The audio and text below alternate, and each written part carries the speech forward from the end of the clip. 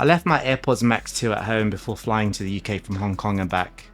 That's nearly 12,000 miles of airports, plane engines, crying babies, hotel rooms, taxi rides, and jet lag. Don't get me started on the jet lag. And instead, I took Sony's 1000X the collection, or ColleXion, I'm not sure, headphones instead. And honestly, I thought I'd made a massive mistake before I even reached the gate. Because when you're deep in Apple's ecosystem, ditching AirPods Max 2 feels a bit like leaving your passport at home. Technically, you survive. Emotionally, your brain starts panicking. But after using these Sony headphones through the entire trip, I realized something slightly uncomfortable. Apple might make the easier headphone, but Sony might make the better headphones for travel and commuting. Let's get into it. By the end of this video, you'll know exactly whether the AirPods Max 2 or the Sony's 1000X the collection headphones makes more sense for travel, commuting, everyday life, which one is better for iPhone users, which one Android users should buy, and which pair actually gives you better value for money. Because when you're spending around £500 on headphones, I know that is real. You're not just buying sound, you're buying silence, you're buying comfort, you're buying battery life. And when you're stuck in economy for over 12 hours, you're basically buying emotional support with ear cups attached. Let me explain why I even did this in the first place. The AirPods Max 2 are the obvious choice for me generally. I'm both in the Apple and Android ecosystems, don't ask me why. I'm still inside Apple's walled garden somehow, but someone has smashed like a massive hole through the side, and now I keep wandering in and out with Android phones like I own the place. I don't like to miss out on things. And to be fair, for those of you wholly within it, Apple does make that garden very, very, very comfortable. You open the AirPods Max 2 near your iPhone and they connect instantly. You move from your iPhone to your Mac and they follow you. You watch something on your Apple TV and they slide into the experience so seamlessly, it's unreal. But this trip gave me the perfect excuse to ask a simple question. If I take away Apple's magic ecosystem, are the AirPods Max still the best travel headphones? Or is Sony quietly doing the practical stuff better? So I packed the Sony 1000X the collections into my suitcase, left the AirPods Max 2 at home, I know, and decided to find out the hard way. The first real test was the airport. And airports are basically ear torture chambers. You have announcements blasting every few minutes, suitcases rattling across the floor, people having loud phone calls for absolutely no reason on speaker. I don't get that. Kids running around like they've just discovered a massive playground. This is where noise cancelling matters and definitely needs to work. And Sony did exactly what I expected Sony to do. It shut the world out, thankfully. The background rumble dropped immediately. The constant airport chaos faded into this soft, distant mush. I could still tell things were happening around me, but they stopped attacking my ears. This is the whole point of good noise cancelling. It doesn't need to delete reality completely. Maybe sometimes it does. It just needs to turn the volume down to something your brain can actually handle, like all the way down for me. The AirPods Max 2 are also excellent. Apple's noise cancelling has been improved massively in this generation, and the transparency mode is probably still one of those most natural ones you can get, but we'll get to that later. If you need to talk quickly to someone, hear a boarding call, or order a coffee without sounding like you're shouting from inside the submarine, Apple does it beautifully, but Sony gives you more control. Now I have to give Apple kudos here. If we're talking purely about transparency mode, Apple just nails it completely. Sony isn't bad by any stretch, but Apple has this crazy know-how to make the world outside sound completely natural, like you aren't even wearing headphones. We'll talk about the weight later.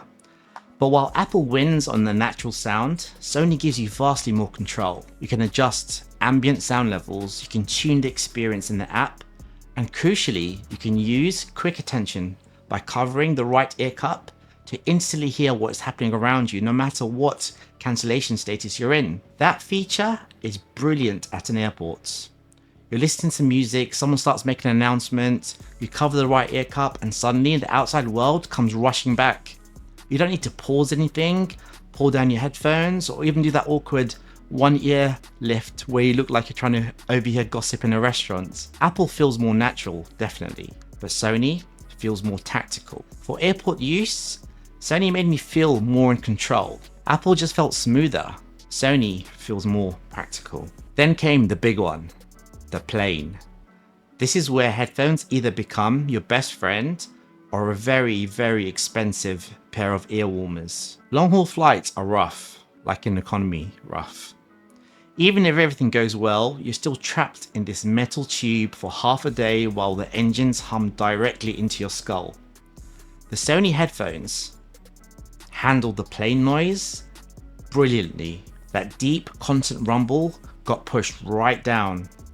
It was still there if I focused on it, but it faded completely into the background. I watched films, I listened to music, I tried to sleep. I did that thing where you open the flight map every 20 minutes, hoping that your plane's got further than it actually does. Spoiler alert, it hadn't. But the headphones helped. This is where Sony's travel DNA really shows. The 1000X series always has been built around this exact problem. Train, flights, commutes, busy cities. Sony understands that people don't just use headphones in quiet rooms with perfect lighting and a £6 oak latte. People use headphones when the world is being annoying. The AirPods Max 2 would have done a great job here too, no question, because I've used them on flights as well. But Sony earphones felt like they'd been built for the messiness of travel, and battery life matters here. AirPods Max 2 gives you up to 20 hours of listening time with active noise cancelling. That sounds like a lot, and for most people, it definitely is. But Sony pushes that further. The 1000X, the collection, I'm just going to call these the 1000X, gives you 24 hours of battery life with noise cancellation on, and on a long travel day, that extra headroom matters because a flight is not just a flight, right? It's a taxi to the airport. It's a security queue, it's the waiting around, it's the boarding delay, it's the flight itself, the immigration queue, the train or taxi at the other end. So 12-hour flights can easily become an 18 to 24-hour headphone day. And in those days, battery life is not a spec, it's peace of mind. Now, we need to talk about comfort because this is where the AirPods Max 2 have a problem. And they've had it for a while. They feel incredible when you first put them on. The aluminium cups feel premium, the mesh headband feels clever, the digital crown is probably one of the best controls on any pair of headphones. Everything feels expensive, but they are heavy. Not, oh no, I can't lift them because I don't go to the gym enough heavy. More like, why does my neck feel like I just did leg day heavy? The AirPods Max 2 weighs in at 386.2 grams. You know, just in case I'm being specific. The 1000X collection here are lighter at 320 grams. And on a long haul flight, that difference matters. For the first hour, you might not care. By hour 2, your head might start voting. Actually, definitely, to be honest. By hour 5, if you make it that far that is, your ears, head and neck are shouting for the fruit trolley to arrive, so you basically have an excuse to take them off. And trust me, this isn't a first impressions complaint. I've worn the AirPods Max 2 for sessions in the UK, editing, and I just can't make it past 2 hours. Even 1 hour is a bit of a struggle sometimes. But getting through a 12-hour flight, definitely no chance. Sony, on the other hand, just nails the endurance test. The light chassis, the softer fits are brilliant, but the absolute game changer is the clamping force. Or rather, the lack of it. It feels like a gentle hug on your head, whereas Apple's metallic design feels like it's slowly trying to crush your skull. Less metal just equals more comfort. Now the AirPods Max 2 still feel more premium in the hand than these. If you pick up both, Apple feels like the luxury object. Sony actually feels really premium too. But Apple has this like dense, expensive, jewelry-like feeling. But when I'm sitting on a plane for like 12 hours or more, I don't actually care about my first impressions picking these headphones up. I care which one disappears on my head. and Sony wins that part. We also need to talk about the cases, because whether you're flying across the globe or just commuting on the tube, the AirPods Max 2 case is shockingly bad. I'm still not entirely sure what Apple's going for here, but if the brief was protecting your very expensive headphones, they completely missed the mark. If you want to carry like a USB-C to USB-C cable for lossless connection to your phone, there's absolutely nowhere to store it. What's worse still is that delicate mesh canopy, which is definitely going to lose its elasticity over time anyway, is completely left exposed. Throwing these in a packed backpack is just going to ruin that band even quicker. Then you look at the Sony case, and it's vastly more thought out.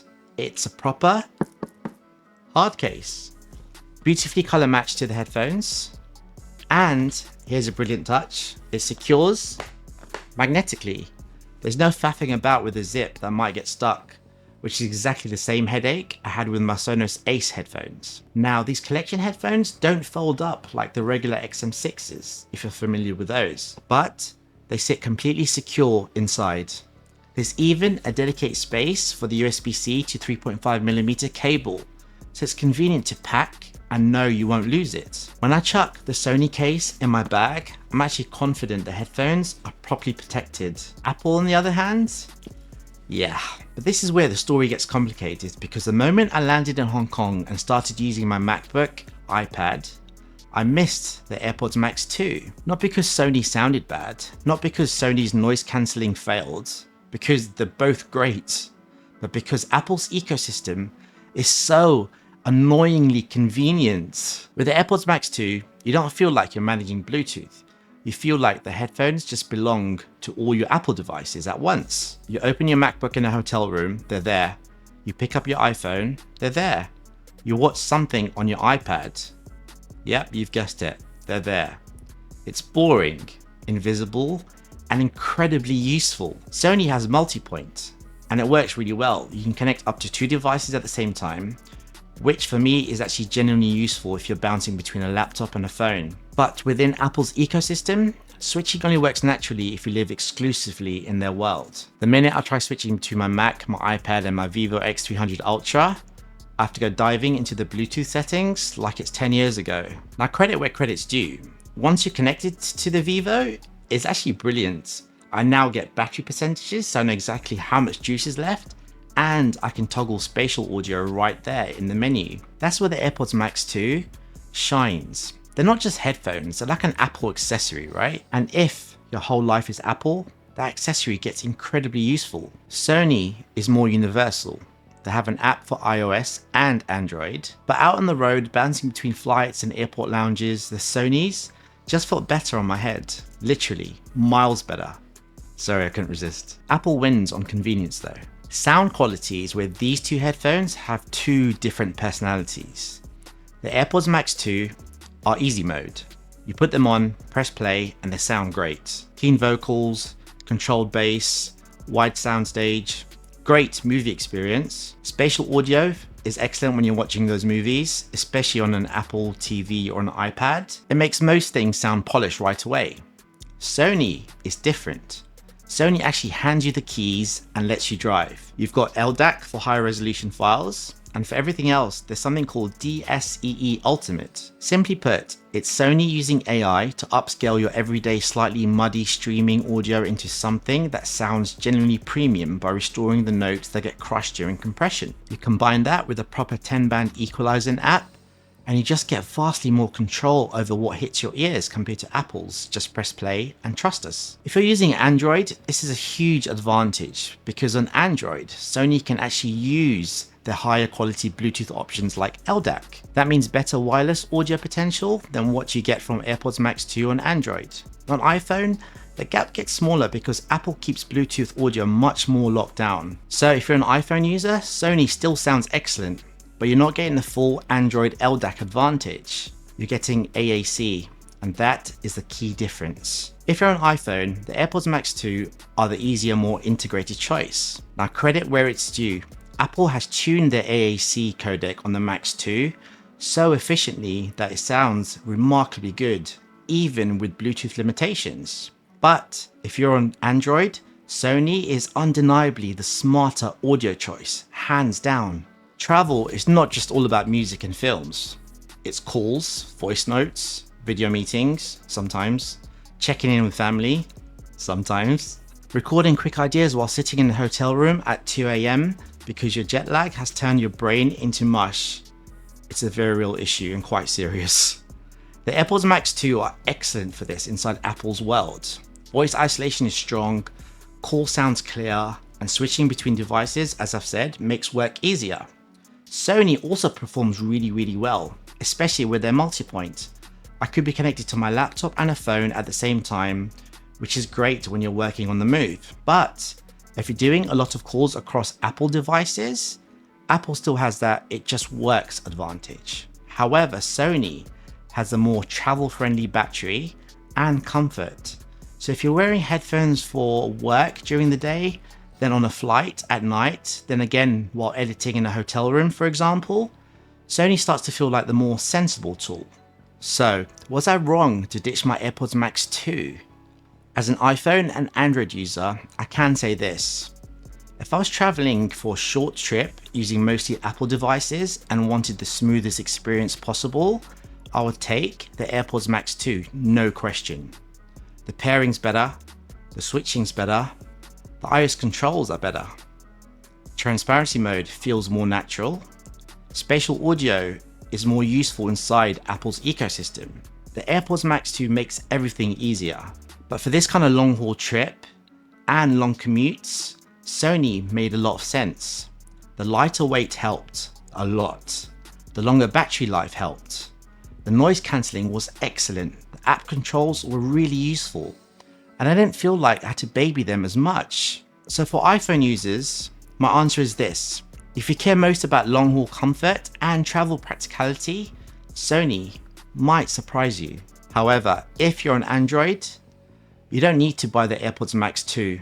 I know they look amazing and they feel expensive. And I know there's something really tempting about wearing Apple headphones, even when your phone is Android, because the hardware is just so good. But I think you lose too much. You don't get the full Apple ecosystem. You don't get proper Android support like tweaking any settings and checking battery percentage unless you've got a Vivo, Honor or Xiaomi phone. You don't get LDAC. You're basically paying for a bunch of Apple magic that your phone cannot properly use. Sony is the obvious choice. You get the proper app, you get stronger codec support, you get more sound control, you get multi-point connection, you get better battery life.